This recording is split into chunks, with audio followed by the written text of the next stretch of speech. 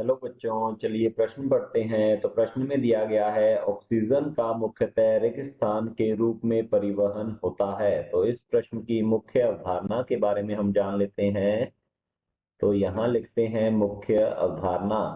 यहाँ पर हमसे पूछा गया है ऑक्सीजन के परिवहन के बारे में। तो ये प्रश्न है ऑक्सीजन के परिवहन से संबंधित।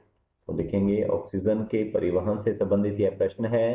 तो यदि ऑक्सीजन की बात की जाए तो ऑक्सीजन का अधिकतर भाग जो है यह हीमोग्लोबिन के साथ परिवहित होता है।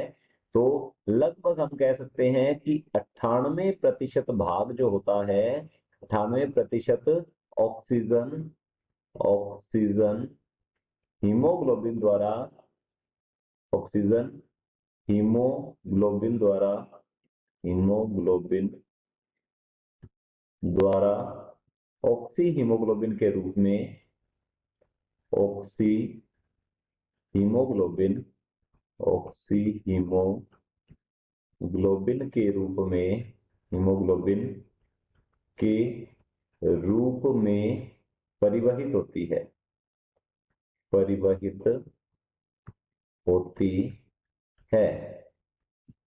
और केवल 2% इसका जो भाग है, केवल 2% ऑक्सीजन 2% ऑक्सीजन प्लाज्मा में, रक्त प्लाज्मा जो होती है, रक्त प्लाज्मा में घुलित अवस्था में, रक्त प्लाज्मा में घुलित अवस्था में परिवहित होती है।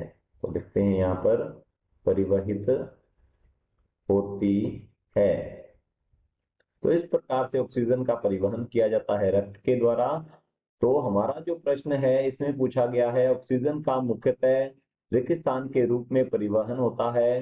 तो हमारा उत्तर होगा यहाँ पर ऑक्सी हीमोग्लोबिन। तो यहाँ लिखते हैं ऑक्सी हीमोग्लोबिन हीमोग्लोबिन के रूप में परिवहन होता है।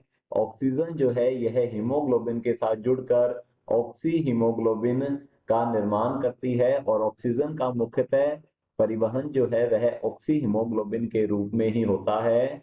ये हमारे प्रश्न का उत्तर होगा। आशा करता हूं आपको समझ में आया होगा। धन्यवाद।